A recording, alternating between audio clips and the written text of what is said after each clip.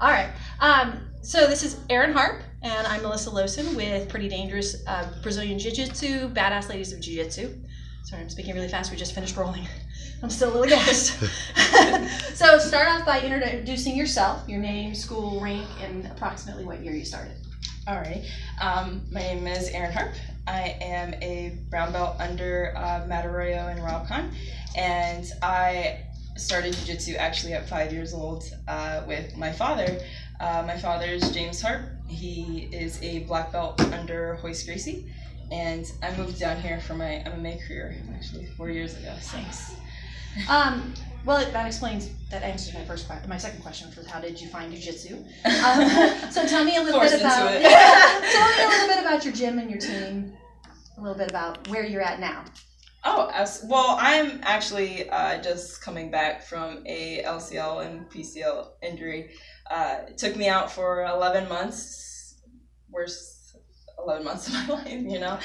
As you know, jiu-jitsu is part of us and part of our life, and once that is taken away from you, you're like, don't know what to do yourself. But I picked myself back up and finally back into training, back into starting to go back into competition, shooting for Nogi Worlds the end of this year. Nice. That's exciting. Yes.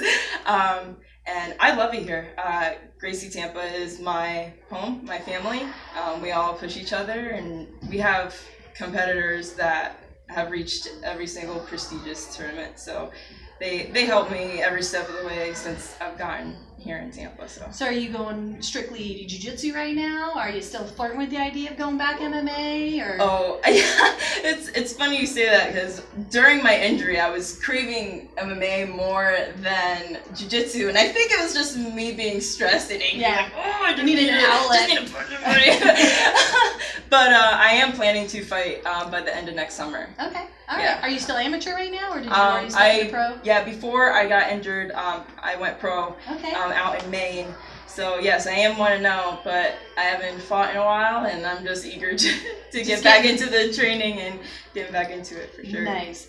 Well, obviously, jiu-jitsu's had a very large impact on your life. How would you say it's affected your life, your goals? I know you're all in, so. Yeah.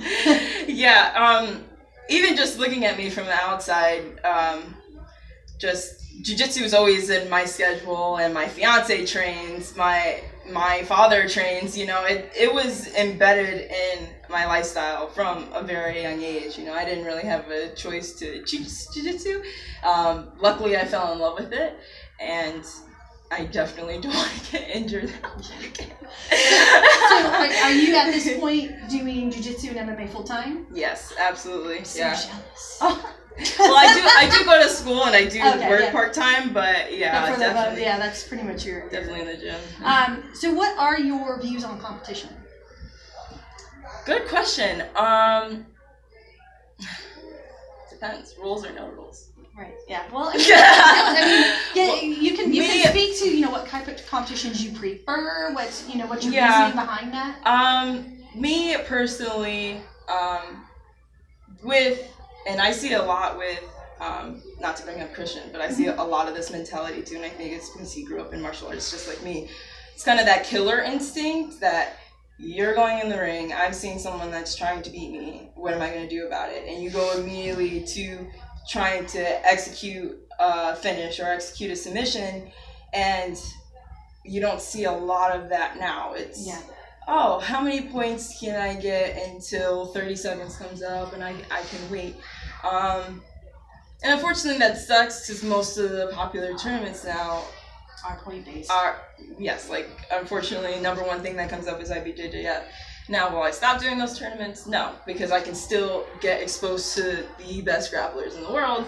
I just got to be smarter. You just have to play the game differently. Yes, and that's what we're finding too. Right. Initially, we came into it with the mentality of finish. That's exactly how we came up. Kill or be killed. We came up. We always were looking for the finish. If the points came, but you were always looking for the finish, and you can't do that at the higher level IBJJF. You have to play the point game. Yeah. And it does change the game. And now you get a lot of tournaments that are having different rules, like EBI, Grappling Pro, and everything. And now you're getting a lot of these higher level people doing those tournaments and complaining about the rules. And when it goes down to it is, before you sign up for that tournament, before you talk to that promoter, you know what the rules are and you know what the tournament's on. So if the odds aren't in your favor, you can't complain about them. You know, you knew what you were walking, you knew what you signed up for, type thing. Yeah, we used to throw tournaments and we tweak the rules a little bit, just the way we like the game played. And people would call up like, "What do you mean you're giving points for side control and not for a guard pass? We're going to have to completely change our training." We're like, "What do you mean? It's the same thing." just do your jiu-jitsu. Do your guard pass and you get points. Yes, just do your jiu-jitsu, you know. What are your long-term plans for jiu-jitsu? Door open. Yes. Well, long term. Well, right now my fiance and I are opening our own gym in Apollo Beach, another branch out of the Gracie Tampa network. Gracie Apollo Beach will be open in January. We are super excited for it. So that's our business future. But definitely, me personally, I'm definitely shooting for ADCC. I want to go back to Abu Dhabi now at Brown Belt, go back to Worlds, and even go further with MMA for sure. Gotta reach for the stars, man. Yeah. So what would you say is your favorite thing about jiu-jitsu or aspect of jiu-jitsu? My favorite thing is honestly meeting people, meeting you guys, going to different tournaments and traveling and meeting people from different countries and even learning different styles. Like there'll be one move where I've never seen before over 15 years of training, and I'm like, I gotta go back and watch that, you know? And you can, like, a lot of people can probably agree with this, that they wouldn't talk to someone outside of the mat. They haven't met them. Right, but on the mat it's different. Yeah. It's like instant friends. Yeah. Hi. I don't even know your name yet, but we're BFFs. We just sweated on each other.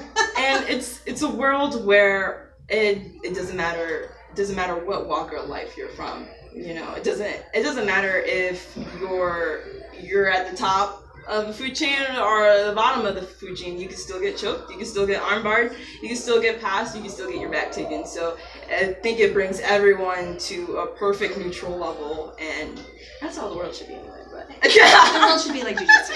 Right. World peace is boom, drop tonight. It's taken care of. Just everybody has jiu-jitsu. If you could change anything, you kind of touched on this a little bit, but if you could change anything in jiu-jitsu, what would it be?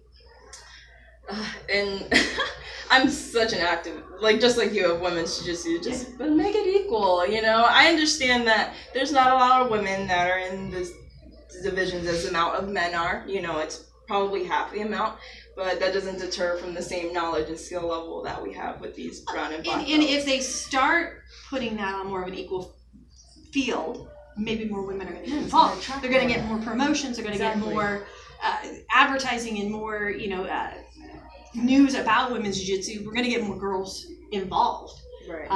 It's come a long way since I started. Oh, yeah. When I started, there was no kid. Girls on the mat. I was in adult classes at 10. Yeah. So, tell me something about you off the mats. I know there's not a lot of Erin off the mats, but... Well, I am in school. I'm in school for counseling and human services. Okay. Down the road, I do want to work with at-risk troubled teens. You know, if I can help one, not even tying jiu-jitsu with it, even though I'd love to. But I think jiu-jitsu should be for everyone. It's a counseling tool. No, but just steering them through the right direction. They're our future, you know, they're who are going to be running our world later in life. So if you can push one to the right direction, you know, that saves a life.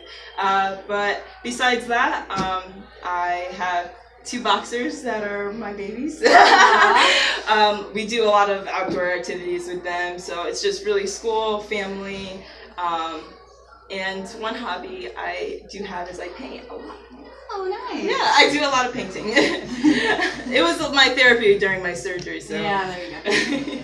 Well, thank you so much for doing the interview with us. This is a girl to watch coming up here. Best of luck at Abu Dhabi. I'm excited to see you do that and your career. Keep us updated, so we'll post you on Pretty Dangerous, and all that. We'll see you at the next one. Hopefully, it's in your neck of the Definitely. woods. All right, Okay. awesome. Thank you.